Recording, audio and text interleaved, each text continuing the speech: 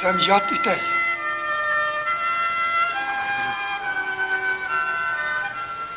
Biz etip kettimiz 71-жылы 1000-чі Анарханның спектаклі болды деп. 1001-сіне мен ойындым, мәселен. 71-жылы. Siz Xudayın korusun bunu yaşlı kırın. Xudayın korusun.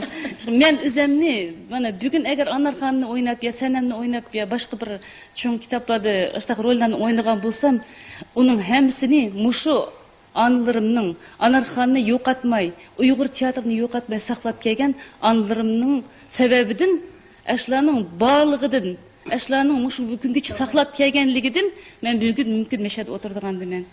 Men baxtlik, men nahayat baxtlik.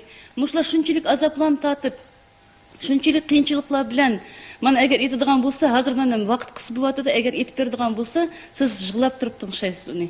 Mümkün emas uni mundaq o'tirib tinglash mumkin emas. Men tinglab zerikmayman. Masalan, Rizvan adam etib beradigan bo'lsa, qanday azoblarni tatgan, men uni tinglamayman.